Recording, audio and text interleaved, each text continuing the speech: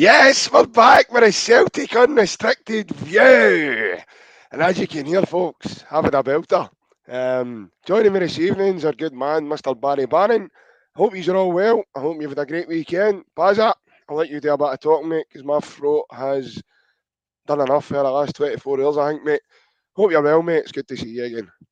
All good, mate. Obviously, as you can imagine, after yesterday's smiling face today, we bit of a sore head and a sore throat myself, but it was all worth it, mate. After watching Celtic go and get the 3 points yesterday before the international break, so great to be back on. I'm looking forward to the nightmare than anything actually. After yesterday's results, so I'm looking forward to it. And it's not just yesterday's result, it's just because it's me and you, mate, and it's no Ryan that's on ways as well. Might get a bit of might get a points across tonight. Aye, definitely. We'll get our word done tonight, mate, because the wee man's not here. No, he's on a day job, so he's kidding on. He's kidding on. He's busy. He's probably watching us, you know. But you know what he's like. Aye, does he miss a trick? Does he? No, definitely no. His ears will be burning because we're talking about him, and his wee rosary beads will be jangling about in his pocket probably. he's not getting he's not getting a word done tonight because Celtic won at Ibrox yesterday. Brilliant. Well, as we can see, folks, it is a Monday huddle, and the first heading for the night is victory in a big course for the champions. Guys, we'll just get right to it. In fact, before we do it, sorry, there's my manners. A couple of people joining us tonight. John on YouTube joining us. He says the Scottish League is ours and we shall not be moved. Great bit of positivity early doors for John. And Jem joining us. Good evening, folks. Nice to see John as being so positive this evening. I know, and Jem, it's not like him. Definitely. Eminem joining us as well. Says evening all, great result yesterday. Got to admit, didn't think we would win when I saw the team sheet. I think a few people were of the same opinion yesterday, Eminem. So you're not the only one there. What a name for this is, Baz. Look at this. Smell the glove. Absolutely quality, mate. He says, "Good evening, lads. Good evening, mate. I hope you're well. I really do." And one more. Michael the boy says, "Good evening, boys. On this beautiful Monday, hail, hail. Hope you're all well, as I said. I hope you've all had a lovely weekend. What we'll do, we'll get right to it, Bazza. As I said, mate, it's a Monday huddle. Victory in a big cruise for the champions. What was your thoughts, mate, when you saw the team sheet and you seen the way we were lining up to the way they were lining up? I think a lot of us were dripping in fear at the time, mate. Well, 100%. I'd be lying if I said any different. I thought obviously Nat Phillips was brought in last week to come and start. I thought that's what was going to happen. So to see Scales and Agabielke play again, I was surprised at that. I did think Palmer might have played, but I wasn't 100% sure on him. Because obviously Magida, Abara have played a lot of old firm games, experienced, and that's what was obviously that turned out to be the massive thing in Sunday was Yep. experience, but we'll touch on that a bit later. When I seen the team, I wasn't sold. I thought just with the back four itself, I thought would have been under a lot of pressure. And I think with them two no playing together, I thought they could have went under, but I thought they were brilliant. But like I said, we seen the team, wasn't sure, but they were brilliant. I think the first 10 minutes they weren't bad, but they looked as if they were a bit shaky, even though I know it was offside with a couple of yards. But Mm-hmm. and you're thinking, oh, here we go, here, like they've got the ball in the back of the net, they're coming at the box flying. But after that, I think the two centre halves will take great. I think a lot of people are saying like Bielke was shaky, and apart from the foul that I think's a foul anyway, there wasn't really major bad points from him. I thought he was good. He done well. He Mm-hmm. defended well. Put his head in at times when was needed. So I think the two centre backs grew into the game brilliantly, and were probably our standouts along with the two centre mids, McGregor and O'Reilly. I thought were brilliant. I think that's where the game was won. Mm-hmm. From playing the game myself, I know if you can win the midfield battle, then a lot of the time you'll get the result. And I think, like I said, our two midfielders were the two best players in the park on the day. I think Matt O'Reilly showed a different side to his game yesterday. I think he's normally known for looking brilliant on the ball and potting up with the odd goal or an assist, but I think after the ball yesterday, Matt O'Reilly was unbelievable. He was probably more advanced in the first half, and then the second half he realised his game management was unbelievable. He realised we were under the cosh a bit, and he sat in next to Callum McGregor, and I think they two protected the back, the two boys at the back unbelievably well as well. So we're saying they two were good and never buckled under the pressure, but I think it was the two boys that were sitting in front of them that helped them as well through the game. I touched on there with Abada and Maeda playing experience in them situations and know how to win the games. We had that in abundance yesterday, and that's how it happened. Yeah, absolutely, mate. I think at the start, obviously before the game, before a ball was kicked, some of the group chats I was in yesterday, the team was written off right away because of the lineup. Certain individuals were written off, i.e. Liam Scales. I think people have got their concerns about Greg Taylor. And then when they seen their team, obviously when they went with two up top, but the big lad, I think a big boy, Salad Dessers, as he's called, he's still running about out there now, mate. I don't think he's. I still don't know what he does for their team. I really don't, apart from Keith Hills away. I think up to now he's gave 2 penalties away as well in some important games for them. So, no, and the big boy Roof, apart from scoring that goal that got disallowed, again, I don't really know what he brought to the game. And I was, being told that, he was going to bully people and this was going to happen, that was going to happen. And I just obviously want to bring your attention to Liam Scales, mate, because in the group chat, people were saying we can't go to Ibrox with Liam Scales at centre back, etc. And then obviously when you see Rodgers' explanation for Nat Phillips not playing and why he's not playing, you kind of start to understand why then Liam Scales was included in the lineup. I, for one, personally, I'll hold my hands up and say that I never seen that performance coming off a big fella. Because it's one thing going there and doing well with Aberdeen, Baz, you know yourself. Playing with Celtic in that cauldron's a different a totally different platform altogether. So I think a big man can hold his head, in high regard, because I did think him, among other ones that I'm going to speak about, did very well for us yesterday. He was brilliant. We touched on it in pre-season when we watched him. We thought he was going to be kept. We thought he was going to be above Welsh. And it just shows you football, like, it's crazy, because I don't know what game, was it the game last week he played? Scales. He played the St Johnstone game. He started, didn't he? Right, he started at St Johnstone and we never get a good result. So then it puts him in the back foot getting into this game where we signed Nat Phillips and automatically everybody's thinking Liam Scales is obviously not playing. Yeah.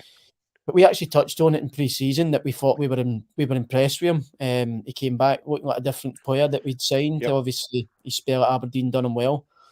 But like you said, it's different from playing with Aberdeen and Celtic. You go into that game with Aberdeen expecting you've no fear, like, you've got nothing to lose when you're playing for Aberdeen, but you're going there with Celtic's completely different ball game. You're scrutinised, all the eyes are on you. Could be your last. I've seen people play bad in Old Firm games and never be seen again. So he had all that yesterday, and I think he stood up to it and a bit more. I thought he was unbelievable. Not just his defending and stuff like that, even to like clearances that you would just get rid of if he was passing it off to players instead of just launching it up the park and setting them on another attack. He had the bravery and the calmness to pick passes out as well yesterday. He was breaking lines with passes. I was really, really impressed with him. So a big special mention needs to go to him because, like we said, I think he was probably the name in the team sheet that every Celtic fan was probably not happy about before the game, and everybody was not wanting him to play. But I think he's put a few people in his place yesterday after that performance, and it's brilliant because When people write off like that, it's good to go and it's good to see them go and perform. And he's at the minute he's made the jersey his to lose now, so it's his to lose. He's going to be, especially after that. There's not going to be much harder tests than that this season. So it's one he stood up to, and I'm sure his confidence will be sky high going forward for Celtic as well now. Yeah, and obviously, like, as you know, Baz, like, sometimes when you sign new players, I mean, you'll know more than anybody, it kind of kicks you on a level or two as well when you know, especially when you've got a guy like Nat Phillips coming in for Liverpool. He's 26, he's still probably got a lot of football in terms of his prime, his career ahead of him, a big lad. Should he stay injury free? And, you know, that performance has probably been drawn out of Liam Scales last night because of, right, if I don't, I've been kept now, the transfer window's shut, I'm not going to Aberdeen again. So I need to, I want to play football, I need to show what I can do.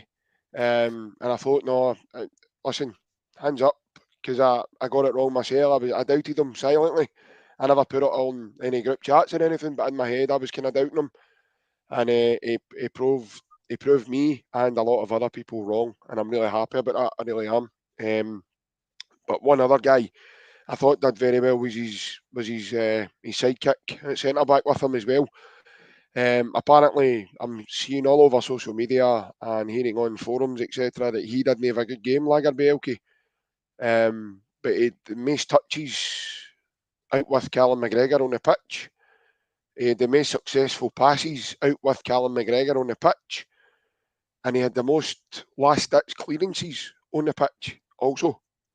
So, but one thing I noticed about Lagerbielke yesterday, Buzz, he's always wanting the ball. He was always showing and wanting to pass the ball. And for me, mate, a young lad coming into that environment, I think it takes a lot of balls to go there. And I think Brendan touched on it brilliantly when he says that he asked him before the game, look, you need to be men today. I need you to be men. I need you to stand up to this because you're coming to an environment where there's none of our supporters. And to get any sort of result today, we're going to have to perform really, really well. And he did. And I thought Lagerbielke stood up to that challenge really well, mate. I was impressed with Lagerbielke. Obviously, he made a few mistakes, but I think the one that everybody's scrutinising is the one that led to the goal that got disallowed. Yeah. Me personally, I think if that never happened, nobody'd be speaking about Lagerbielke underperforming yesterday. I think that just blows everything out of proportion. But it was a foul. He's passed the ball back to the goalie, so Yeah. he never got caught on the ball. He got fouled, otherwise it goes back to the goalie, goes at the other side. Yeah. So we've seen that happen a million times. If like it's a foul, like I don't know what's all this commotion about that it's not. It's a foul. He's passing it back to the goalie, gets stopped and impeded. Yeah. Doing it. I think it's a foul. But the thing that impressed me about Lagerbielke was, like you said, he's when he was getting the ball away a few times, like you said, he never had a way, and that's what can really happen, especially places like that as well. People can go under the woodwork and never be seen again. He could easily just say to Joe Hart and Alistair Johnson, Scales, just leave me off the ball for the next 10, 20 minutes here. Just get it forward or get it to McGregor. But he was always showing for the ball, and I think that's a massive thing as well. Going forward for that boy, I think he's only going to get better and better because you can see yesterday he wants the ball, and the worrying thing is when people don't want the ball and are hiding for it, whereas he'll take it all day, every day, and he's only going to get better if he's doing that. So, but his defensive side of things yesterday as well, I thought he was brilliant, solid, because he came up against Dessers, who's meant to be big and strong, and I thought he stood up to it brilliantly. Because I seen him at Kilmarnock in his debut, and I thought he looked not lightweight, but he could be got at physically. But I thought yesterday he showed a new side to him and was aggressive. And like you said, with Rodgers saying you need to be men, I thought the two of them at centre half, even though they're still young and inexperienced in terms of games, I thought they were like leaders yesterday. And it seemed to be the longer the game went on, the more better and the more stronger and the more confident they got, and you could see them start like high-fiving when they blocked Sohana, shouting at Matt O'Reilly, brilliant. They actually grew into the game confidence-wise, which then led them being actual leaders, even considering how many games they've hardly played, really. Yeah, no, definitely. I think obviously the team itself just grew into the game yesterday, and it was natural because they started getting on the ball. I thought the other mob across the water were very poor yesterday in terms of the with this new the way he's trying to play out with Matondo. I don't think they've got an out ball, so they can't really press. The guys have got in there now are all big and slow. So Celtic are always going to find this Celtic team are always going to find ways to play around us that team. So I think there's mega work for them to do in terms of getting anywhere near us. And like Brendan says yesterday, was I think the most impressive thing about yesterday, all in all, was we had about 8 players missing for our teammate. Some really huge hitters that make an instant difference to the team, as well as like the new boys that have come in. And again, we don't know what these lads are capable of. Tillio's another one who's not going to be back until after this international break, along with Hattati. So again, we don't know what he's all about because he's not played. And essentially, I know this is going to sound like a cliche, but he is going to be like a new signing to us because he's not played, he's not kicked a ball for his here. So I think that taking into that side of things into consideration, that's what makes yesterday's result even more impressive, mate. I think of course, the encouraging thing, because let's get it right getting into the game. Celtic fans had their doubts. They weren't playing as well as everybody expected. Obviously, at the cup, drew it at Parkhead, so the pressure was on. Celtic got into the game yesterday. Like you said, they had a few key players missing as well. So if there was a chance for Rangers to beat Celtic, it was probably yesterday. Yeah. And I think the optimism now for Celtic fans going forward is that they've went and got the 3 points with a weakened team. So they're only going to get better, this Celtic team. We, like you said, players coming in, new players that are out who are key players. Brendan getting longer to work in this international break with him as well and get his methods drilled in even better. Yeah. So that was the biggest chance of beating us, I think, that they're going to get this season. I don't think they'll get a better chance in that, and that's what fills you with confidence for the season going forward. If they can't beat us yesterday with the team that we had out and the injuries that we've got, then it looks ominous going forward for them because, like I said, they'll probably get better themselves, but I don't think they'll get as good as what Celtic are going to be.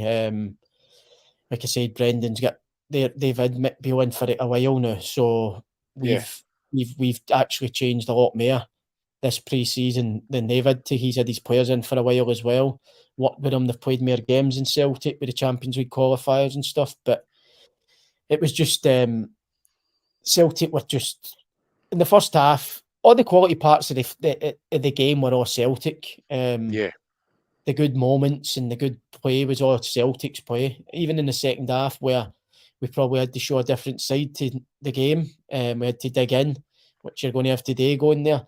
But even the chances in the second half, the biggest chances were Celtic's really on the break, where a better pass or a better finish, and it could have been a better result for us. But I think they huffed and puffed, but they never looked like breaking Celtic's defence down yesterday, and that was a makeshift back four as well. So, no, it looked good for Celtic going forward, no doubt. I think with that one as well yesterday, Brendan spoke afterwards that it's massive for that group of players going forward. He said going and getting a win there yesterday will be massive going forward, and it will be because you can't get much more higher or more confidence for going there and winning with no fans and everything against you.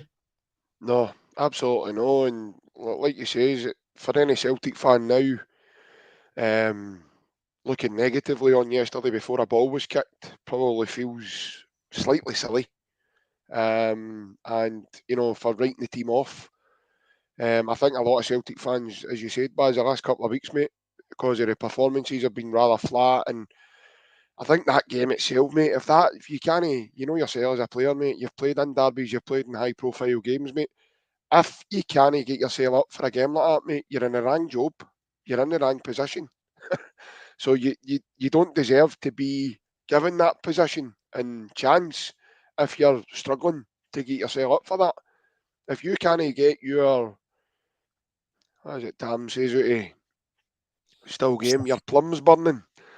Your plums burning. If you can't get your plums burning for something like that, then you're in the wrong job. You've got to question what you're doing. So no, I think that game, the magnitude of that game is always going to be something that rises your game naturally.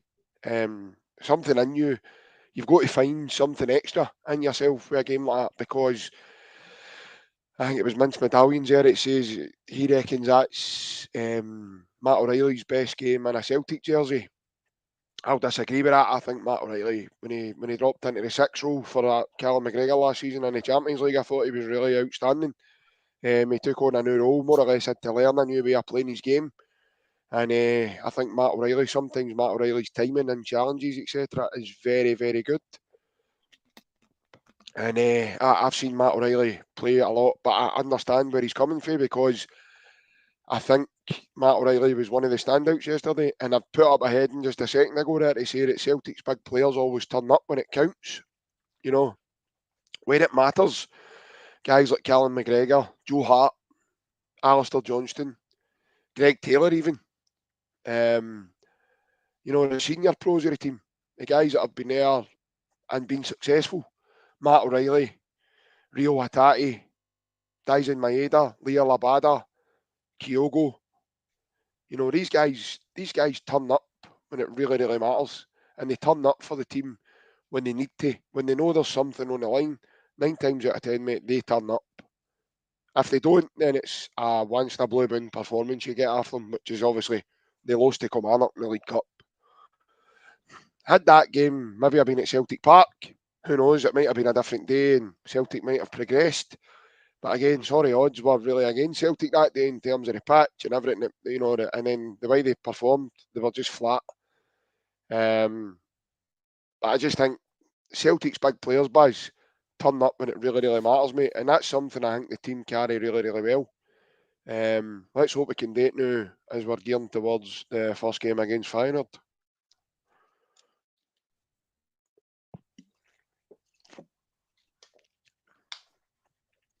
No, you're spot on. Your big players are that's where you most is your experienced ones, your Joe Harts, your Callum McGregors, your Kyogos, the spine of the team, Matt O'Reilly, Alistair Johnston, people like that. That's where you need to turn up, and yeah, I think that's what happened yesterday.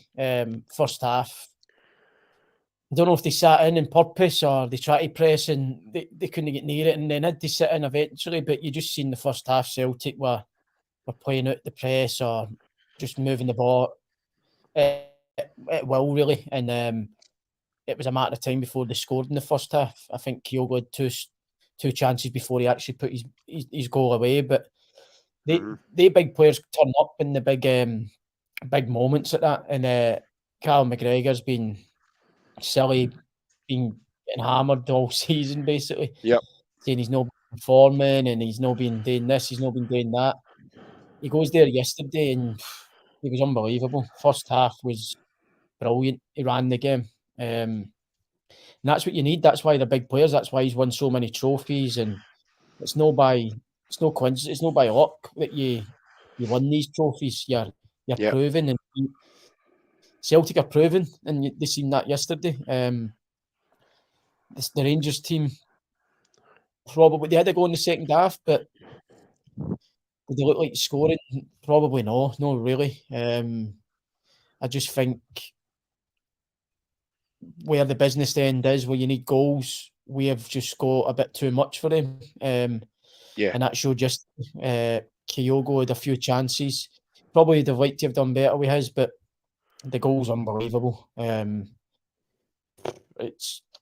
talking about people step him up when it matters. He does it every week. And is that the difference? Probably, aye, because he's unbelievable. He scores every week and wins you games. And if we never had him yesterday, we would have probably missed him, but we have, and I think that's where the difference between Celtic and Rangers is at the minute.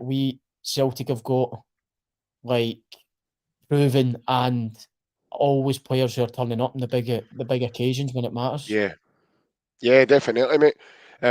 You mentioned Kyogo there. I just want to give him a great mention again. I thought he was absolutely outstanding for his goal. Absolutely, that's one of the best goals I've seen in one of the derbies. The way he takes it. Other strikers, guys who maybe know that high in confidence, would have maybe have taken an extra touch, or maybe even two, to try and get that under control, and then have a shot. The wee man knew exactly what he was doing. As soon as that ball bounces, as soon as O'Reilly he does that and it bounces at him, he lets that bounce once, and on the second bounce he just strikes it straight away. And it doesn't matter what goalkeeper's in the sticks for me, boys. I don't think any goalkeeper stops that, mate. The power beats the goalie all day long because of where he hits it. He just strikes the ball right in the sweet spot, as they call it, mate. And it's good night, Vienna. And what I thought was magical, boys, watching the game, and I've seen it back again, and obviously seen the goal a couple of times again. It's how silent the stadium goes. The silence is deafening. It's one of the best. It's one of the best feelings ever watching it when you know your team's winning it at that stadium, and the stadium just goes ding. You can't hear anything. Aye. And you can hear all the Celtic players shouting yes, yes, and jumping and tapping the wee man. And I think I seen one of Peter Martin's tweets yesterday on Twitter, and he says the reason the silence was that awkward is because obviously the away allocation has been cut. So he'd a wee kind of dig about it, and he highlighted it, but which I thought was brilliant. But no, as I said, I think you know yourself, mate. Strikers you've played with as well. One or two of the guys are taking an extra touch here. They're not thinking about hitting that first time, whereas a wee man's just that's how clinical he is. And this is what I've battered on about on this channel for I don't know how long in terms of the wee man being clinical. And that's why I've always said he might not be in a game and be as effective but he's got that lasting thing about him that he doesn't need to be in a game because that's what he does. That's his end product. That's what he produces time and time again. That's his sixth goal against him in the last 6 games. Frightening, absolutely frightening. And do you know he's one of only few players to have scored against him at both stadiums and in both goals. Mm. So he scored against them in the 2 stadiums, and he scored against them in both goals. He's also done it at Hampden. Aye, Hampden as well, aye. So he's no many strikers have done that against him. And in the short period of time that the wee man's been here, he's managed to do all that, which is just breathtaking, mate. No, I think we need to enjoy him and realise what we've got because I don't want to say it, but I can't see him being here much longer because if, like you said, you touched on it, if he goes and scores in Europe this season, Yep.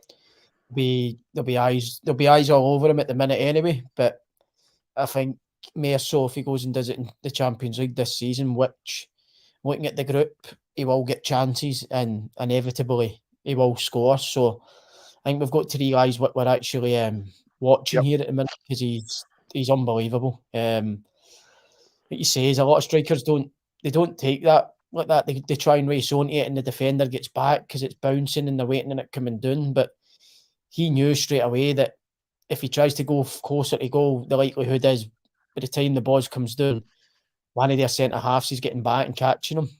And I know it wasn't probably in the corner, but Jack Butland don't expect him to hit it when he hits it, and that's what beats him because he's obviously thinking he's not going to shoot for here. Like, no, the new enemy's going to take a touch and get it under, but Yeah. that's what beats the goal element, the surprise. He hits it quicker than any other person would hit it, and like I said, we've touched on it here. He's a special player, and when needed, he always turns up as well. And I think we're watching greatness. You touched on it since Larson. He's probably, you said he's the best. I would say for me as well. I think it's hard to argue otherwise. I know people say Champions League goals, but I think that'll be put to bed by Christmas, because I think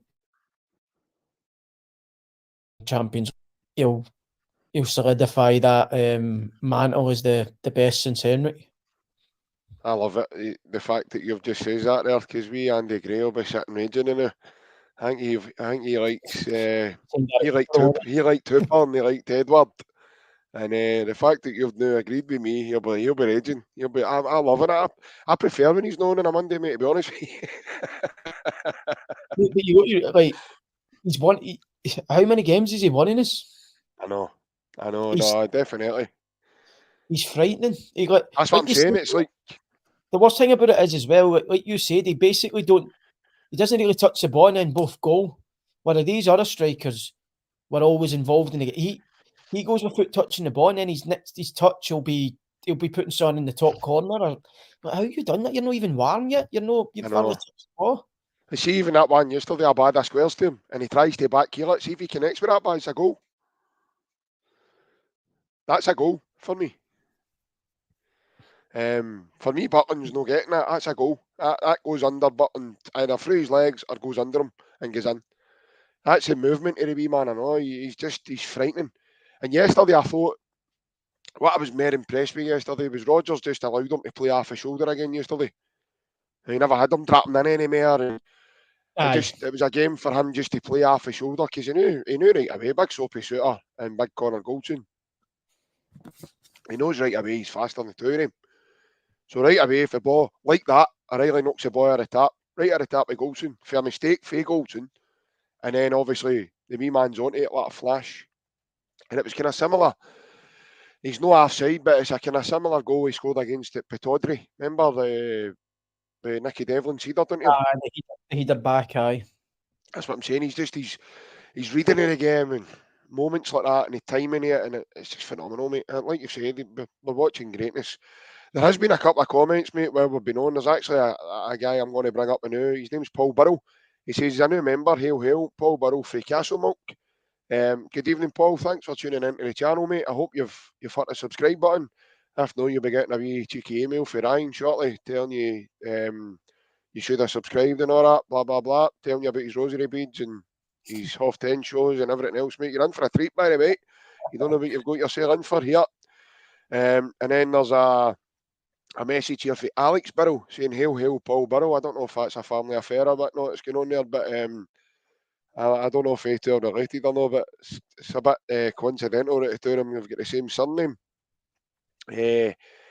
Baza, before we go back to the game a bit more, mate, and obviously I want to bring up everybody that watches the show in the last month at least that has watched the show. I'll know obviously your good self, Baza, gave us your championship promotion, playing winning boots to auction off. There they are. I've also got another photo of them being packaged up and sent away today in the post office. So there they are, folks. Someone has won them. And I just want to say well done to Ryan Goodinson on winning Barry Bannan's boots. You are the proud owner of the championship playoff winning boots wore at Wembley by the good man himself. And Ryan, if you're watching, mate, thanks for all the dialogue you've had with us, and thanks for making the process really, really easy and straightforward to get the boots to you, mate. And obviously, the boots are in transit just now. And again, thank you very much for everybody else that took part and made your bid. So obviously, there's a lot of people that are unfortunate not to have won the boots, Buzz. And Ryan's probably gutted, mate, because I don't know what he's going to get himself now for his half 10 shows. But he'll need to wear something else now. But no, as I said, he's well done, Ryan. Hoopy's training boots. Aye, Hoopy's got a new pair of moldies he's going to send Ryan. But no, Ryan Goodinson, thanks very much again, mate, and all the best, mate, when you get the when you get the boots. So aye, what we're saying there about Kyogo, unbelievable, absolutely unbelievable, and I think it's scary, Baz, at the fact that we've went there and we've won that game yesterday, and we're finished with a back four of Ralston, Laggard, Bielke, Scales, and Bernaby. When would you ever go to Ibrox and play with that back four right off the top of your head, mate? Like CCV and Narovsky and Naroki or whatever his name is, and Big Nat Phillips here, they're obviously going to come into contention and consideration soon. But you're going there and you're winning the game with that. But it just shows you the kind of heart and desire the team's got. It's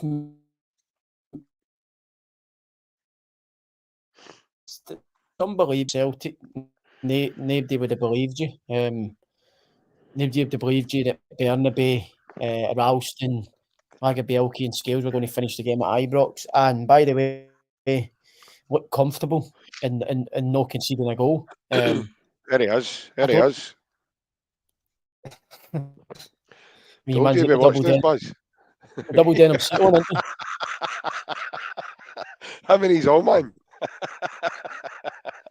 I've seen double denim weight. I've seen double denim jacket. I've not seen a double denim suit before, but the wee man's pulled it off there, isn't he? Look at that. Look. Brilliant. No, but it kind of it just puts into perspective that result was yesterday. They get beaten midweek with PSV. I think they were the team getting into the game on Sunday thinking they were going to win, they were going to do this. And we were probably not worried, but no as confident as we have been getting into the Old Firm games. But yeah, the back line that we did and get the 3 points shows you what an achievement yesterday's result was. And it's just going to add to the confidence in the squad going forward now, with the players coming back. Will they play? Will that back four probably play together again? Probably not. You'll have Carter Vickers coming back, and that's when you'll start to see the real Celtic, and it's scary really, because you're 4 points clear at the minute for Rangers, and you've supposedly not started well or not played well. So imagine when you start playing well and these new players and all that start hitting, it's good signs for Celtic. Absolutely, mate. No, totally. I mean, I think a few years yesterday we were all kind of questioning where Palmer was. You know, he was on the bench obviously, but then he never get brought on. I don't know about you guys, but I really like Yang. He looks as if he's going to be very good for us. He looks like he can just go by people and eliminate people. I think when Yilmaz came on, mate, he sent him for chips and gravy about 3 times in the one move, and obviously he fell at the end of it. I think they checked VAR off for a penalty as if it was a penalty, but he just fell. He done that many twists and turns. He ended up falling, but I think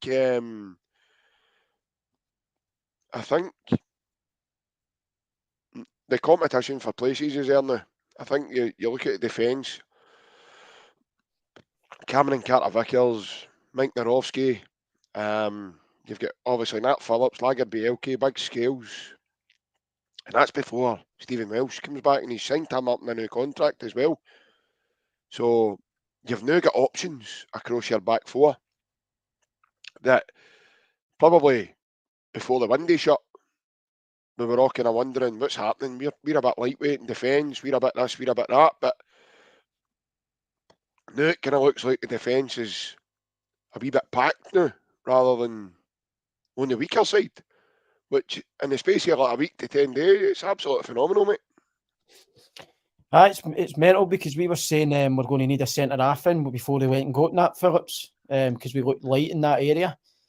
But that's the beauty of football. Like, you got people coming in that you probably write off, i.e. Scales, Welsh, and when they come in, they've done a job now. So now they're fighting for shots. So now we've went from they're no good enough, they probably need to move on, to they're actually going to stay here and fight now with the other players that have got that jersey. So you've ended up going for probably thinking you've only got 4 centre-halves. You've got 6 now fighting for 2 shots when they're all back fully fit. So it is a good thing, but it's also how do you keep them all happy? That's the tough thing now for Brendan, because they'll all be wanting to play, especially Scales after the other day. There's no way he's going to want to drop to the bench now after going to Ibrox and feeling that atmosphere and then putting on a performance. He's not going to be happy sitting on the bench now. Bielke the same. So, but it's good. It's good because I've always said it. Competition for places always breeds good things for the club going forward. If everybody's kept on their toes and knowing if they've put one bad performance in, they're not getting a game for another couple of weeks. Yep. It's good for the club moving forward. So it's healthy, but it can also turn the other way, and it's just how do you keep them all happy? We've obviously got Champions League games as well coming up, still in one more cup. So they'll all have a chance to play, I'm sure. The good thing is Brendan knows now that they can be trusted when he wants to put them in, whereas he won't have any doubts now with your Scaleses and your Bielkes and Bernabes, because they've done it at the hardest place in the league. So if need to be called upon, they can be thrown in. Yeah, no, definitely, mate. I think yesterday would have gave Brendan a good indication as to where the squad was at in terms of how can he trust them if he needed them, and they really stood up to it well. I want to bring up, obviously, the team, obviously, we were up against yesterday, just briefly, and that I think there's been a lot of hype about them in terms of how good they really are, and the amount of money they've spent on players and stuff. And I'm being really honest now, mate. I think they're in soapy bubble. I think they could be in soapy bubble to even compete for second, because they look as if they're really, really lacking in fight. In terms of, do they really want it, and can they stand up to the actual pressure? And just as Ryan says, like, Celtic done their talking on the park. They seem to want to do their talking via social media, TikTok, and in their press conferences and their posting pre-matches. So I think they've got a lot of work to do in terms of their end of the scale. Otherwise, they could find themselves significantly behind us before they know it, mate. It was weird. It was a weird performance from them. I think they never hurt us, really. We all, even the possession they had in the second half, they never did a few half chances here and there. I think the one Lammers goes round Joe Hart. He probably needs to do better. But apart from that, it was a weird performance for Rangers. I expected a wee bit more, to be honest. I don't know whether they were hungover for the game in midweek and tired, but like you said, I don't think tiredness comes into it in these games. They're different games. If you can't get up for them, you can't get up for anything. But I just think it's hard to say. It's like, I think it wasn't for the Willie trying, and I just don't think they've got what it takes to beat Celtic at the minute. I think in all areas of the park, I think and like you said, Celtic, like Ryan touched on there, it's a weird way of going about it. I think Celtic stay quiet. Like you said, press conferences, and Brendan was talking the game down. I think Mick Beale was talking the game up, and we went and won the game again. So it's a bit weird the way they're going about it compared to Celtic. But like you said, it's better to stay silent and do your talking on the park and get the points than talking up, building up to it, and not actually performing on the day. It doesn't look great. But I just think quality-wise, Celtic are ahead of Rangers at the minute, and that's what you keep seeing every Old Firm game. Celtic are winning. Yeah, Baz, I mean, myself and Ryan, even before you joined us on a more permanent basis on here, myself and Ryan have spoke at this at length, mate, and we still reckon there is a clear gulf between the teams. And listen, results and in these games and performance-wise, and trophies won and medals won, etc. Doesn't argue otherwise. It doesn't tell you any lies, mate.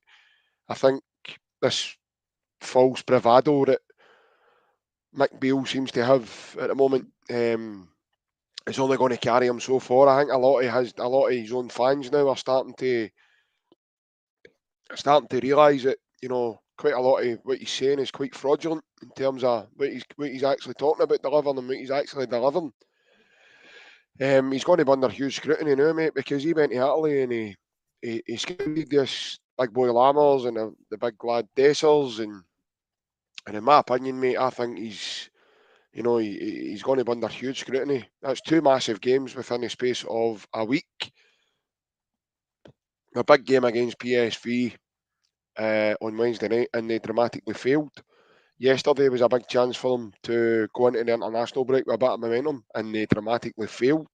Like you says, Baz, you've just said it there. They never looked like hurtness, really. Out with, I know they get a goal chopped off, but because of a foul, they never looked like hurtness. So again, mate, in the final third, they look very, very poor in terms of their finishing ability. Maybe against the other, the lesser teams, the teams not so fortunate and don't have that actual quality, like Kyogo, guys of that Altner team that's going to punish you if you make any mistakes. They might get results against these teams. No, and I don't want to be disrespectful. They all play in the Scottish Premier League, but I mean in teams like Livingston, like your Kilmarnocks, like your Ross Counties, your Dundees, guys that just don't have that natural quality at that level to be able to be match winners in a stadium like Ibrox. You might get a result every now and again, but Celtic have been able to do that now regularly for the last wee while, even under Ange are going to Ibrox and getting results. So, and then Brendan's continued a winning streak there that he had the last time as well. So, I just feel, mate, that we again with the media and stuff, we draw with St Johnstone and we lost to Kilmarnock, and apparently Celtic were in crisis. And there was an agenda set up through various channels of the media, and they went through the process to let us all believe. And a lot of Celtic fans jumped on that gravy train with them, and started down in the team, started getting on top of the team. Certain individuals were being hung out to dry. Questions above bringing the manager back even as well. And I think yesterday, mate, is a massive big two fingers up to quite a lot of people yesterday in terms of, look, you've got to respect that Brendan Rodgers isn't just a daffy manager, man. He's not just, this isn't his first rodeo in football or anything. And for me, the two managers, Michael Beale and Brendan Rodgers, mate, there's just no comparison there at all, mate. One's might have been a good coach, and the other one's an elite football manager. So for me, mate, there's no comparison at all.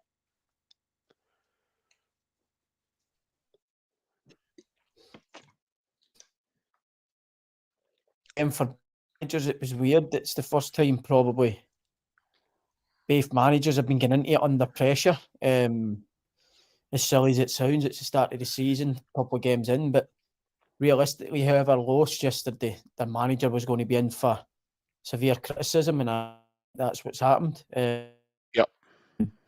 Like you touched on, Brendan experienced, and he knows, as he said, he knows what it takes to win these games. He's never lost one yet. So he had that under his sleeve getting into this game as well. He knows how to win all firm games. And he showed that yesterday. I think the main thing being with these games is, let's be honest, if Rangers had the ball for 90 minutes yesterday, we're peppering our goals and Celtic still 1-0, you'd no bother. These games are all about winning. Yep. If you get the performance weight, it's a bonus, but I think Brendan showed his experience yesterday, and he's know how to win these games, and I think that's what shown. But there was a lot of scrutiny under both managers getting into this game, and like you touched on, whoever lost it was going to be under pressure, and it's horrible because it's 2 weeks.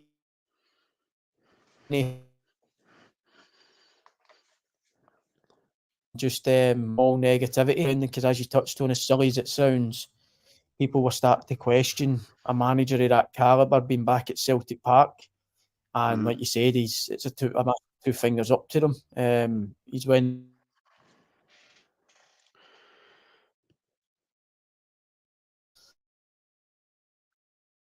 the 3 points and he'll have a good 2 weeks now as well. Yeah. I caught some of that there, Buzz, and you're actually getting a wee bit of a slag in here, mate, because your internet must be playing up there now, mate. And there's a couple of times you've went all kind of pixelated and you've kind of froze, so much so that you're getting comments sent in by Francis Lester saying you're really good at statues, mate. So I think maybe Let me move room. Right, okay. I think maybe your Wi-Fi's maybe wherever you may be there might not be the best. I think it's hidden away that room. Right, okay. Is that better, mate? Aye, that looks better. I'm closer to the router, I think, so hopefully that helps. I hope everybody's feeling a bit better now that Baz has moved rooms and we can actually see him a bit better and hear him. But I caught most of what you were saying there, and I think you're spot on. I think the two managers are just non comparison in my opinion, mate. I just think that Brendan Rodgers is a serial winner, and so far I know this might sound a bit silly and cheeky to say this, but so far the other one's a serial loser. At the moment, he's not winning much. So, and I think yesterday, mate, I think the boos ringing round the whole stadium. You know yourself, mate. You've probably played with guys and teams and stuff like that. That when that starts happening to you, I think you've not got much longer to turn it round. And that was a full home stadium, mate. That noise was deafening yesterday. Even Chris Sutton and Kenny Miller had a wee mention on it about how loud and droning that was, and the boos were there for everybody to hear, mate. I think they actually turned that up on Sky when the game had finished.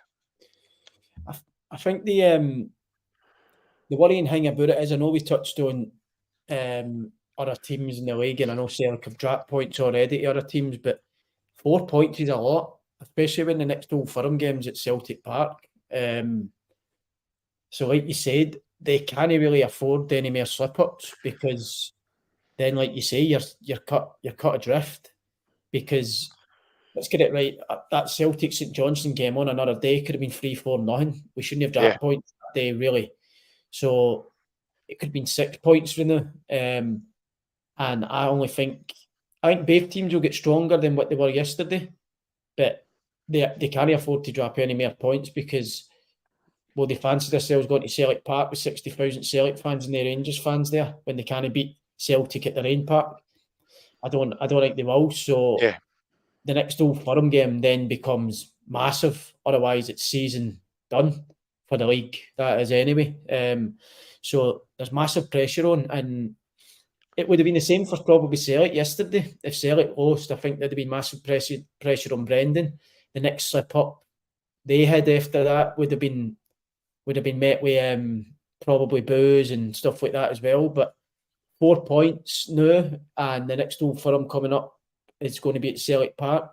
I don't think you can have any more slip ups along the way. Otherwise, like I say, you get cut adrift, and then a Celtic going to drop 3-4 games. Debatable. So they'll be relying on other teams then again, and I don't think this early on in the season it doesn't look great for them. So they need to be careful, otherwise they could be cut adrift sooner rather than later. Yeah, definitely. I mean, Got a wee question, obviously just going off topic for a slight second here. A wee question for yourself, Baz. It's from Monty on the YouTube. I'll put it up, mate, so you can see it.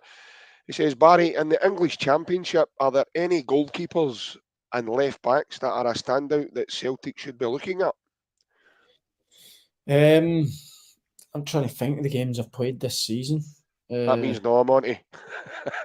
The boy we obviously spoke about him about 3-4 days ago, Leif Davis, he was in League One last year for Ipswich, and he actually beat me to the most assists in the league last year. He was left back for Ipswich, and I think Celtic were linked with him towards the last week of the deadline. So okay, he's young as well, so he's probably got a chance. He'll improve. He's a good player. Would he fit Celtic's mould, Baz? The type of player he is? Quite similar to Greg Taylor, same type, okay. Same build, kind of. Comfortable on the ball. Pretty similar to Greg Taylor. I think he started off at Leeds and went to Ipswich, and he's done really well last year, and I think he started this season well as well. So I think he's a good left back. Goalies, obviously, last season was the obvious, that Trafford, who was at Bolton from Man City, that's just signed for Burnley. He was really good. We've signed a goalie from AC Milan on loan that I've been impressed with so far for us. But it's still early on in the season, so I've not really had a look yet at the goalies. But I think that Leif Davis, he's got a good chance of getting on and having a good career.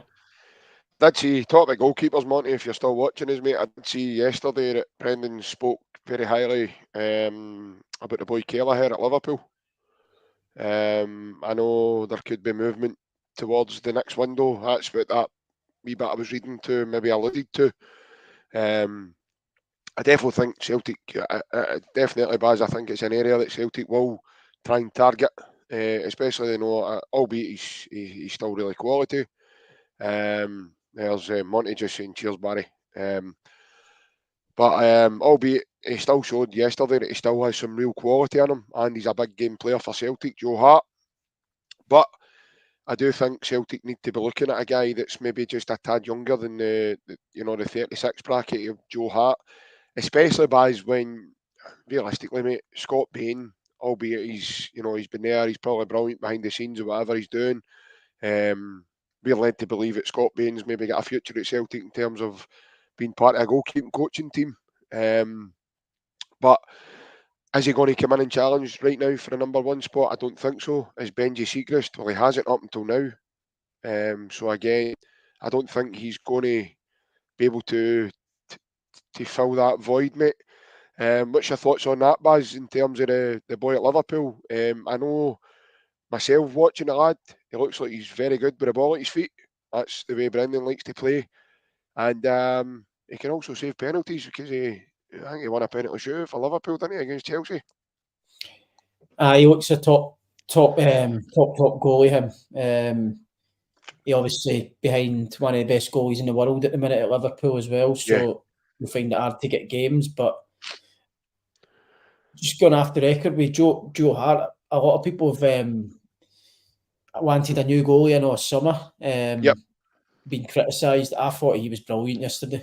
A leader, and just the things that he had today when called upon, he was brilliant. Calming influence for the two centre-halves, no doubt, in front of him as well, which was massive for them two yesterday as well. So a special shout out to him. I thought he was brilliant yesterday. He's been under scrutiny as well this season. A lot of fans have been calling for a new goalie, and he probably, if you don't have, even as a player, you don't have social media, but and you get wind of certain things. So he definitely knows what people have been asking and wanting, and to go and put a performance on like that was brilliant. But I think someone that Celtic probably will look at as a goalie, with Joe's age and the goalies that they've got as backup at the minute, that's probably the route they're going to go down. And I think if it was that Kelleher, it'd be an amazing sign. I've seen him a few times in the cup when he's filled in, and he's been really good. He suits Brendan as well, the way he plays. Obviously, good with his feet. which plays into Brendan's hands. So if we could get that, I think it'd be a big coup for Celtic. But I think he's my top goalie, so it'd be tough to get him. But let's hope. Also shows how busy Celtic have been, because there's another lad came forward today in a report, Danish lad, centre forward from Brøndby, Matthias Fistegarden his name is, and he's came forward today saying Celtic put all the stops out to try and sign him, and it was Brøndby that put the blockers on the move. I think Celtic had agreed a fee of just under £4 million.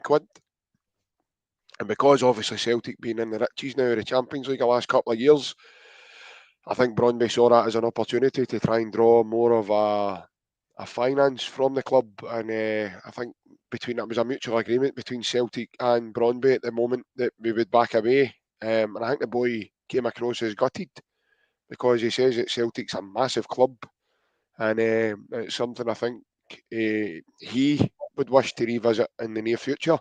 So it just goes to show, Baz, a lot of us don't get to see what's going on behind the scenes, mate, but they obviously are relatively busy, mate, with the on the transfer front, and a lot of it is know what we see and know what we hear of. So it just goes to show that you know they are active. They are definitely active. If people's out there actually thinking that Celtic are just not going to try and sign anybody, then that's certainly not the case.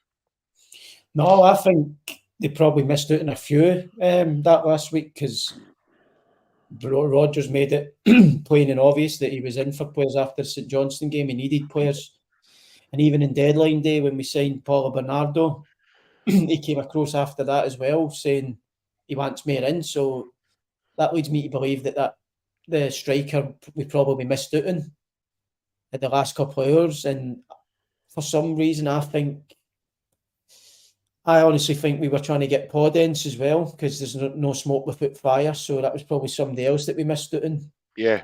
So I don't think it's for the will of trying. I think we've actually tried, but there's loads of things that go away getting deals out of the line. It's not just straightforward as I want him and it gets done. There's loads of things in the background that go on that you need to get right before you deal over the line. So I think we spoke about it, how many players we needed. We got 3 in the deadline day. Was it 3 or 4? 3. We said we probably needed 3 to 4 players. So was it the players we wanted? Probably no, but it's players at the end of the day. And it, like you touched on, we spoke about in the group chat when I was saying about trying to get people in who are ready-made and known for the Champions League.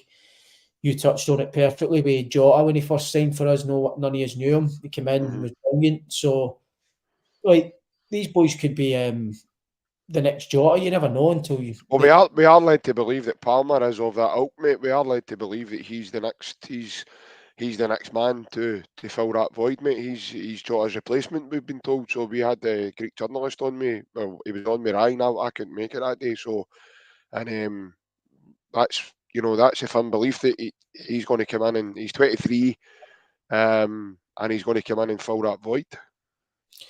Well, I think with for the Champions League, the big difference this season you'll see probably is the back four's a lot stronger. I think where you get Nat Phillips probably playing alongside Carter Vickers or Naroki, or you get Alistair Johnson full season now in the Champions League as well. So I think the back line will be a lot stronger than it was for the previous Champions League campaign.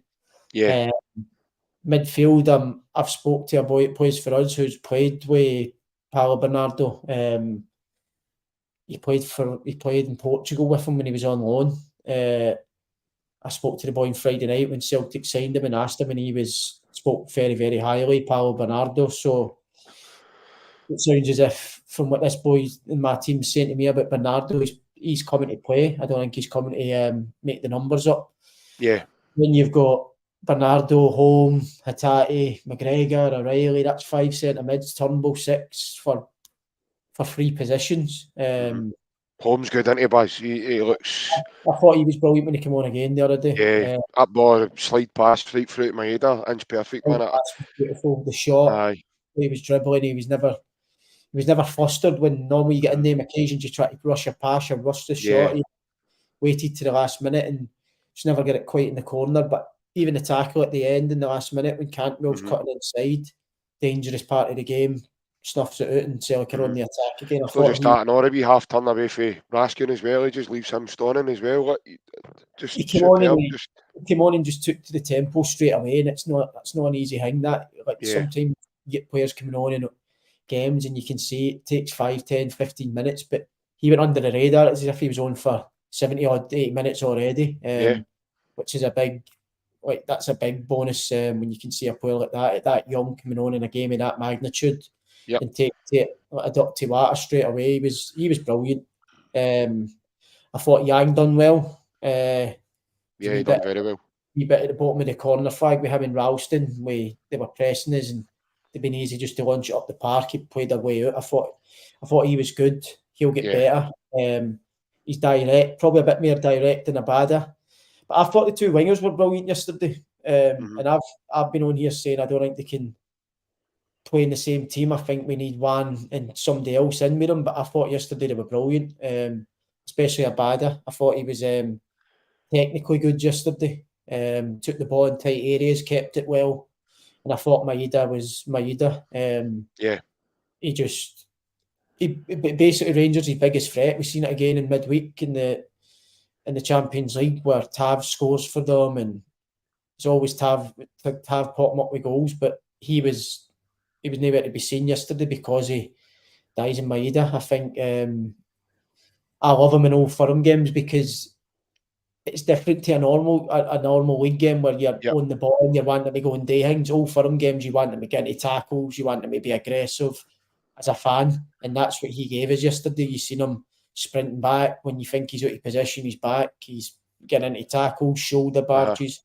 He was just brilliant. That's what you want to see from and yesterday I'm a fan watching that. That's what fans want to see, commitment and tackles, and he done that in abundance yesterday. I thought he was brilliant again in another Old Firm game. I thought the boy Yang get after the ball and Aubrey came on as well. He done that a few times as well. I think it was one that the boy Yilmaz was trying to run forward and he just tore after him, and he forced the boy to kick it out for a shy. My memory serves me right before Ralston doubles up, and then but like you say, that one that I think fans forget wee moments of games, but when you know the game and you watch a game and you take in most of the game, you can see like say Ralston, and again Ralston's probably he's had a lot of critics recently in terms of how good he really is and stuff, and that moment that you're talking about, that wee passes, mate, they played out like over Man City. Yeah, it was brilliant. They pinged that about one another, and then Ralston moving into space, taking the ball and he drew another one of the players towards him, and then he just plays it through the gap. Then I think it's Matt O'Reilly he gives it to, and he turns and away he goes, and it was frightening. But obviously there's a question for Ryan, Baz. I'll give you that before we finish up, mate. Ryan says, how hard is it, Baz, for players to come off the bench trying to adapt to the tempo in the games? And I think he's meaning obviously the Thiago Holmes substitute as well, the boy coming on and doing really well that he did. There's different scenarios, obviously. Like I've come on in like most scenarios. There's games where you'll come on and your team's on the ascend, say the other team's sitting in, and you've got all the ball, you've got time in the ball. But you actually come on yesterday in the hardest occasion. Rangers had all the ball, had all the territory. Game was frantic. When Celtic were getting the ball, they put on a bit of a press in the second half. So he's coming on to that, and watching from the outside, you probably look at McGregor and think he's got ages on the, but he's a good player. He's actually no got ages on the ball. It's split seconds, and that boy Home came on yesterday, and he never got dispossessed at all. He took to the pace of the game straight away, and it's so hard to do, especially when a team's pressing and they're pushing for the goal and their fans are up. He just came on and like you said, he went under the radar. He actually forgot that he came on because he was that good. He just fitted in straight away. Today, in that pressure cooker, in that environment is unbelievable, because I've watched for the side sometimes and you think, just get me on, like, so I can get it. And then you come on, you're like, this is some pace, this. I'm miles off it here. But you're looking at it from the side and you're thinking it's actually it looks all right to come on in, but it's quicker than you think, and it does take you time. But I think the Celtic subs yesterday, and that showed that was a big feather in Brendan's cap. I think yesterday's subs were brilliant. Even Bernaby came on at left back. Every time get doubled up, won the throw in. Just wee things like that, like, are massive in games like that, especially going into the last 5-10 minutes when you can one throw in to kill the clock, take the steam out their fans. Every Celtic player that came on yesterday played their part, and that showed you Brendan's knowledge and his awareness of what the game needs at game times, and it just shows you that's what he gets paid the big money for, making the decisions in the big pressure moments like yesterday. And he stood up to the Rangers and showed everybody how good a manager he still is. Yeah, I was talking to one of my mates last night as well, and I said the tactical genius that Brendan is at times in games and stuff, and he shows his experience there. It'd be very easy for him to have left McGregor with the two runners that he had against him all the time, because McGregor had already put a lot into the game. But like we've said there, he brings in Home, and he tells Home, you just go beside him and shadow him, and then protect him when they're in transition. So, and then you saw what Home was doing. So Home was more or less telling McGregor, just you stay with ya, I'll stay here. And then he was running, I think it was a couple of times where he won the ball, but that one, Cantwell's drifting, and I think Maeda stops chasing him because he knows that Home's there. And he gives him, he sort of does that with confidence, gives Maeda a hand as if, just leave it, I'll deal with this. And he just stands on the ball and takes the ball off Cantwell, and then he just drift. But it's not just when he wins the ball, Buzz, it's then he's got the ability in the legs to then drift away with the ball. So then he just starts to carry, and he's one of the kind of players, mate. I think you play 5-a-sides with guys like this. I'd love to play with these guys, because sometimes when you're knackered, you give him the ball and they'll just take the ball and run, and then they'll give it back when you've got your breath back again. And Home looks like that type of player. He looks as if he's got that quality. And then obviously that wee videos appeared on social media of him skinning his dog. And then there was one there, somebody's edited it and put Raskin's face on the dog's head. and it's Raskin jumping about trying to get the ball, but I think the overall take for that wee video there is it's a close control he's got to the ball, and that's how I think personally, mate. We've got a very, very, very special talent there, and you don't go on the poster boy for the Golden Boy Award if you're just you're middle of the road type of player, and you're just I wouldn't say a bang average player, but a kind of middle of the road type player that's not really well thought of. So before we've came for him, and we've got him now, he was doing that for Valerenga. For me now, he's going to be better players than about him, Callum McGregor and Matt O'Reilly. And I think personally, boys, I think overall for what we saw at Home, I think he deserves a wee run in the team, mate. Mate, it takes time. We've signed like 10 or 12 players ourselves this season, and there's a few foreign boys who are coming into the championship for the first time. Yeah. Learning the language. There's loads of wee things, living on their own, away from their families probably. It takes time, mate, but he's fit. Like, you can see already that he's come in, and you can see how good he is. So, like I said, these 2 weeks will be massive for Celtic. Getting everybody up to pace, the new boys getting to know each other, and for people like Home, I think that was a test yesterday. Brendan's probably threw him on thinking, let's see what you're actually really made of. Like, if you're ready to go. And because managers, they do that. They throw you in it, like, at times where you think, why has he put me in here? He never put me on the other week. But it's tests. It's just to see if you can handle it and if you're ready. And every time he's been put on, he's showed, well, he's made every Celtic fan think, oh, we've got a player in their hands here. So I think it'll be a matter of time before he starts starting. And I think he's that good that when he did start, I don't think he's coming back out, because the thing that surprised me about him yesterday is I thought he was quite similar to O'Reilly, as in pace-wise, but I remember when he played it to Maeda and he's took off, and Maeda's played the ball in, but wasn't a great ball. He was motoring, he was in the box, ready to tap it in if Maeda played the pass. So he was unlucky with the dig. I know. I see the dig when it opened up for him, and he just drove into space. He was unlucky. He just didn't get enough punches behind it. It looks as if the change of pace with that footwork to get away from people as well when he actually does get past. So I think he's going to be top level. Him.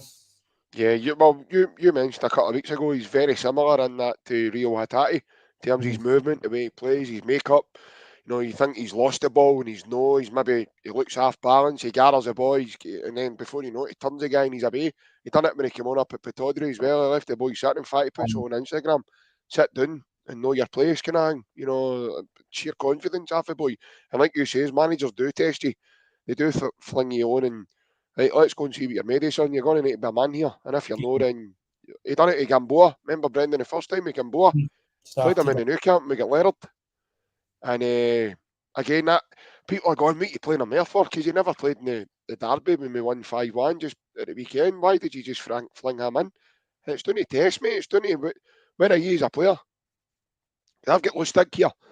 And I don't know, he's carrying a wee bit of injury here and there. So I need a guy that I can trust to then bring in and go, right, are you made of steel here, son? And if no, then you're not going to play too much football in this team.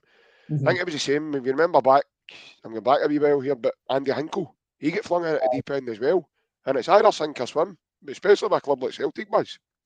And a lot of boys, like, especially the big boy Lager Bielka, you take examples of making a couple of mistakes, wee errors, small errors, and getting the ball away, and then, but it's a willing desire to then go and try and win the ball back, to chase the ball, chase after the ball, make up for your mistake, and then want the ball again to then play, to continue to play through that press and play through that pressure.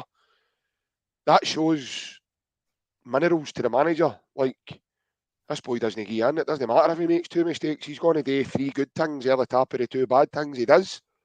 And again, home, fits into that sort of bracket that you're bringing him off the bench. He then goes and does what he does. And it's like you say, it's a seamless transition because he looks as if he's been on the whole game and there's no difference there at all. No, as I say, mate, I've no worries at all with the lad. I'm really looking forward to seeing boys like Palmer, boys like Tillio. I think obviously now we've got an international break, so after the Scotland games and stuff, and then Brendan says Hatate will be ready. He'll be training in this 2 weeks, like full team training again, with the guys that are on their way in international duty. So I'm really looking forward to seeing what really comes out. And another man yesterday that probably goes under the radar is the fact that Big O had been out injured prior to the game yesterday, and he comes on yesterday, and Ryan didn't think he done like the sort of best when he came on, but he won us a couple of fouls and got us up the pitch, and he drew fouls for Big Soapy.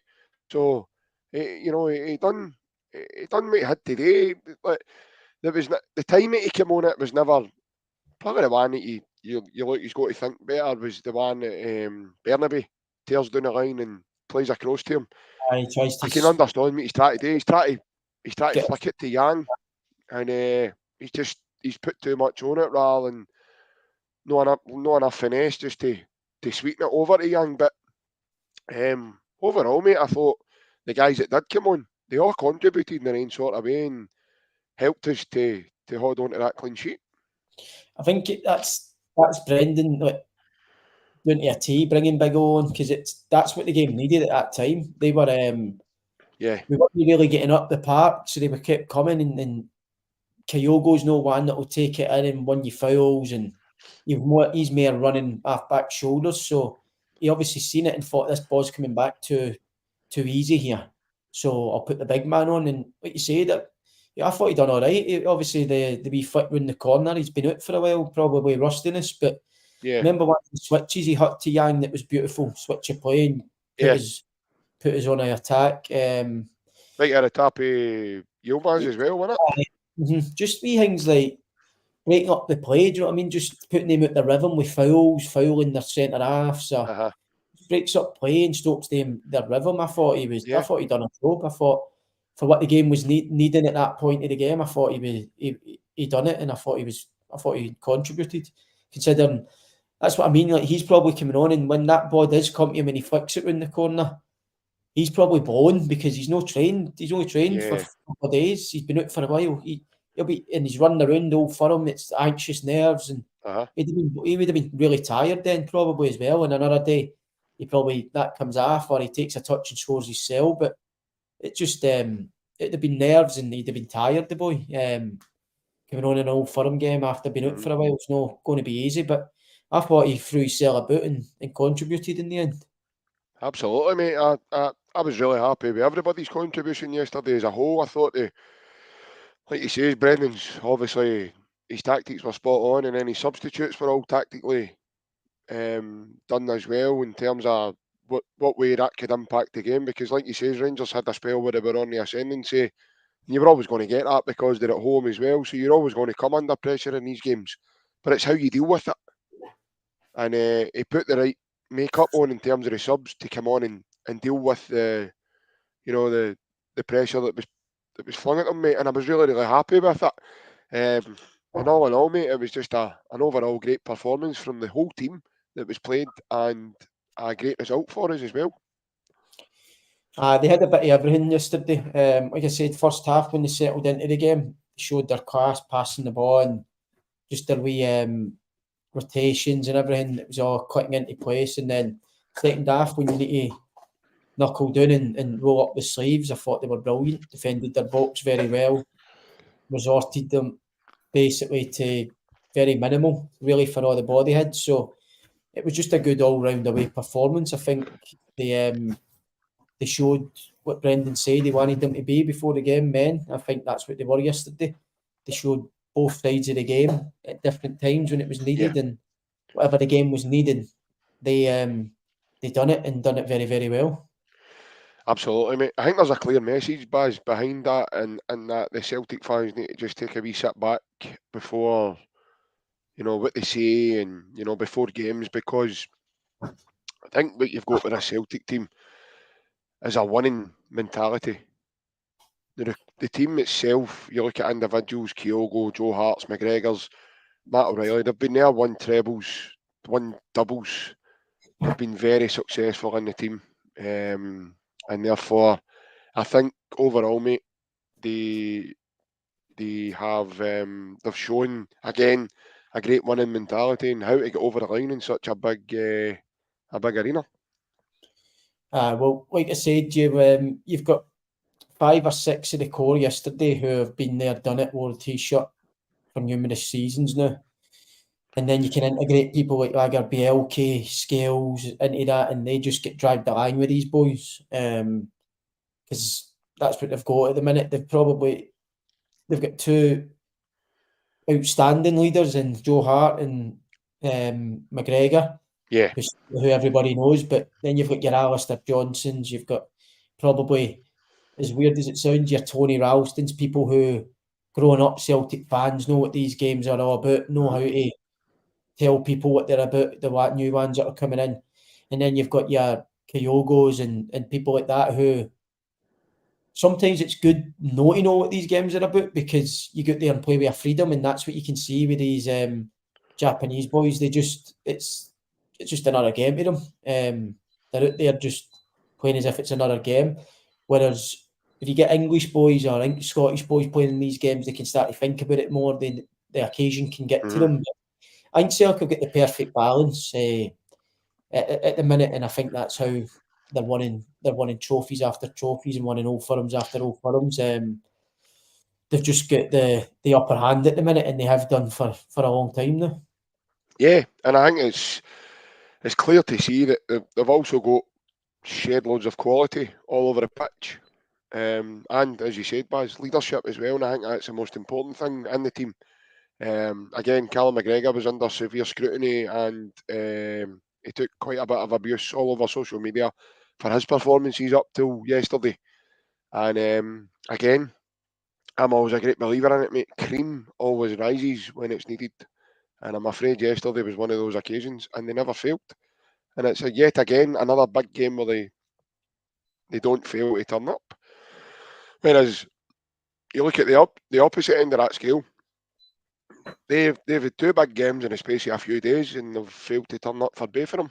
So a lot of credit for one team and a lot of work to do for another. But obviously that brings us to the end of our wee Monday huddle tonight. I'd love to sit here and chat with you and for many hours, mate, but the time is moving on. With that being 10 p.m, mate, I think I'll call it a day there. Before I go, A couple of wee announcements. Obviously, I've already announced the winner earlier on of Bazzy's boots, but I'll put them up again, and it's a massive well done to Ryan Goodison and wearing Barry Bannan's boots. They are on the way to you now, Ryan. So best of luck to you, mate, when you get them. On your wee running bar, folks, you will see a wee change of message. For anyone who doesn't know, this podcast is now sponsored by AB Entertainment, and the AB stands for Mr. Alec Beveridge. It's a DJ company, folks, so anyone at all that's got any upcoming functions for you, any loved ones, family members, anything at all, please don't look any further and get in contact with Big Alec Beveridge, because he is not only a good Celtic man, but he is a fantastic DJ and he's a very good host. And we had first hand view of that at our fundraising night back in July. So I'm speaking from experience. Alec is on Facebook and Instagram. The best way to get a hold of Alec, though, is this contact number that's in the middle of your screens. If you can't see it, the number is 07845 746 092. That's 07845 746 092. I would say, folks, the best way to get a hold of Alec is via his WhatsApp. And all you need to do is leave a wee message, guys, of who you are, what you're looking for, and I'm pretty sure Big Bev will get back to you in due course. What I will say also, guys and gals, he is now taking his Christmas bookings and his diary is filling up quick, so I would get in there quite fast. But like I says, he does cater for every sort of function party you can think of in terms of entertainment. Also, guys, before we go, I know some of you do know, Francis Leicester, I've got yours put aside, mate, so don't worry. I will be in contact soon, mate, to arrange delivery for you, mate. But the unrestricted view does have some merchandise for sale at the moment, guys. We've got some mugs here with the crest on one side and the Unrestricted View podcast logo on the other. Now, the print on these mugs, folks, are done with vinyl. Okay, these mugs are priced at £5. How you get these mugs is you contact the page via the community section of the page or via any one of our social media platforms, which is Facebook, Twitter, Instagram, or TikTok.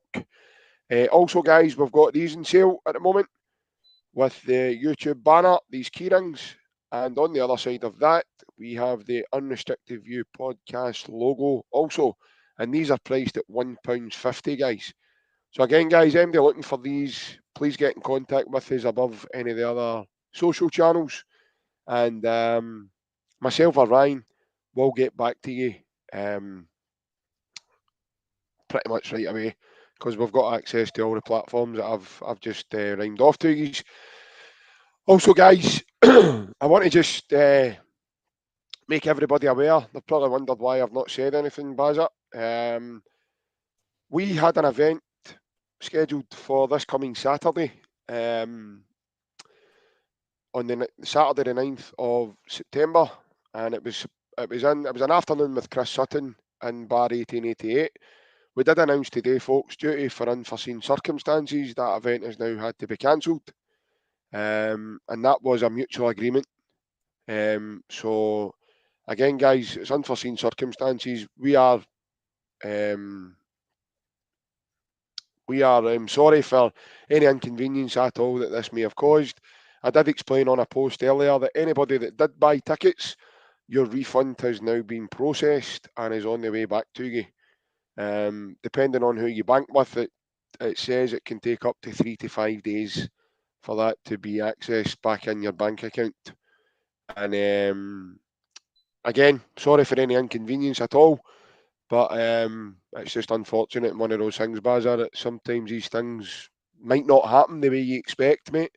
But that's not to say that's going to happen again. Mm-hmm. And again, I don't want that for anybody putting anybody off for the next time for our next live event, or whenever we do a live event in the future.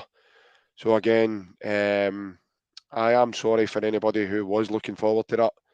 But the decision was taken today to cancel that event, I'm afraid. Baz, I want to thank you very much, mate, for taking your... I know this is a bit uncharted waters, mate. It's normally a Wednesday you come on and chat with us. So again, I want to thank you very much, mate, for taking the time to come on and sit with me on a Monday evening, mate. Can't be easy. No problem, mate. Couldn't be thinking of doing anything better right now, mate. Especially we got to take every chance I get without the wee man on into get my Aye, definitely. so as soon as I knew he was there, and I was up for it. I think we'll actually need to look at this and see if we can get this as a next Monday lineup for people, man, rather than we'll let the wee man come on later in the week. Aye, because it's quite a good chat when you're not having to sit and listen to somebody else going on and on and on and on and on and on and on. No, as I say, He was getting his points across the right. Getting questions after everything. I know he was sending his messages and I think he was raging because I was taking ages to answer them and put them up on the screen for you to see. But I couldn't do that to him because he'd have been having a headache and and his rosary beads have probably been snapped and flung away the room wherever he is now. So, but no, we love you really, mate, and you know that. But as I say, folks, again, everybody that's taking the time to comment in tonight and come on here and watch us, thank you very much for that. Again, it's Monday evening. It can't be easy. It's a sluggish day and a start to a new week for everybody. So it's but I know everybody's obviously buzzing because of yesterday, and I've not been able to wipe a smile off my face since. So, but we go again, mate. Now there's an international break, and I always find these international breaks seem to drag in before Celtic are back.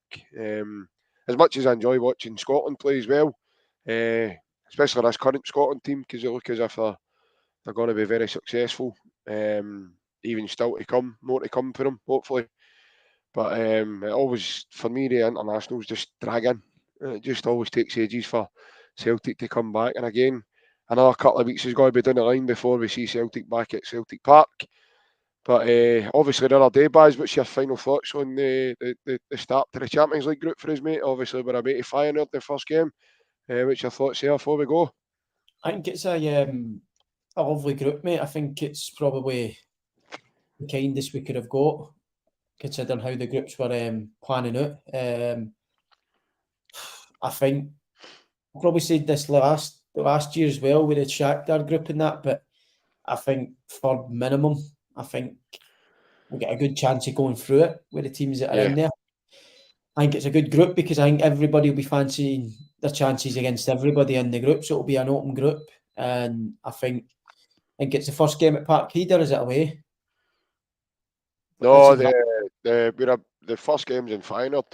Aye, good place to go. It'll be, I think Celtic will fancy their chances in Feyenoord, and if you can get a win there away, your first Champions League game of the campaign, then it's onwards and upwards, because I think the next two after that will be at Parkhead, so you can get after a good start and grab a point or three or there. It sets you up for the group nicely. Yeah, I don't know how good they are. Obviously, I know they used to have Danilo on their books. Right now, he can't get a game here. And as far as I'm led to believe, he wasn't one of their starters either. But I do know they do have a good manager. He was sought after by Tottenham before Big Ange made the move, wasn't he? So I think no, it's the other guy. Peter Bosz, Arne Slot, isn't it? Yeah. Peter Bosz, he's a PSV manager now, isn't he? But no, I do know he was well sought after by Spurs. So I'm not taking him lightly at all. I know, obviously, previously with the good results against Lazio, you've got Atletico Madrid there as well, mate. Another trip back to Madrid. It's not a Madrid of last season, but they're still a good outfit. Started well this year as well. Yeah, again, when you're in these groups, mate, there's no easy groups, but the draw was more fortunate to us than maybe a team like Newcastle, who seem to be in a group of death. But no, all in all, mate, I'm looking forward to it. First game's the 19th of September, so that's a Tuesday night. So again, it's something for us to look forward to. But Bazza, once again, mate, it's great having you on, mate. Great getting your thoughts. had your opinions. Thanks for having me. Cheers for moving room as well, mate, because I think you done most days a favour with your Wi-Fi playing up there. But I think one of the boys on here earlier on says you have to get one of the wee socket boosters or something like that for black spots you might have in your house. I think he was on about a booster seat for my motor. Booster seat for your motor, I know. Aye, top of black spots. I think Ryan's got a few of them in his house, mate, especially with the half 10 shows.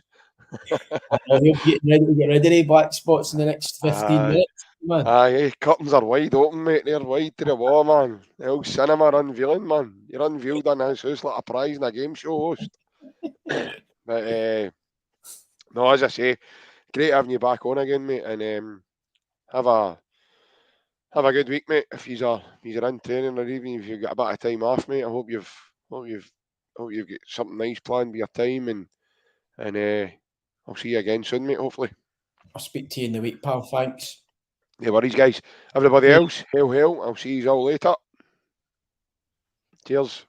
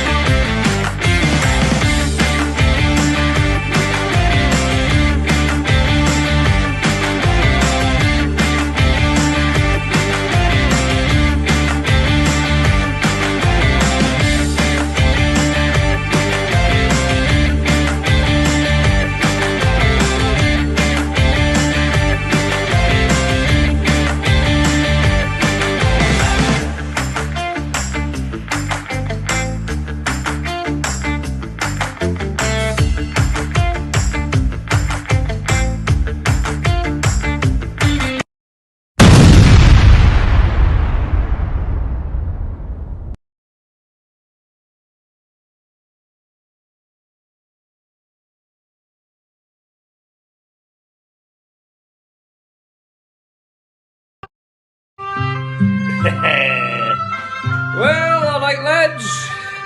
Guten Tag.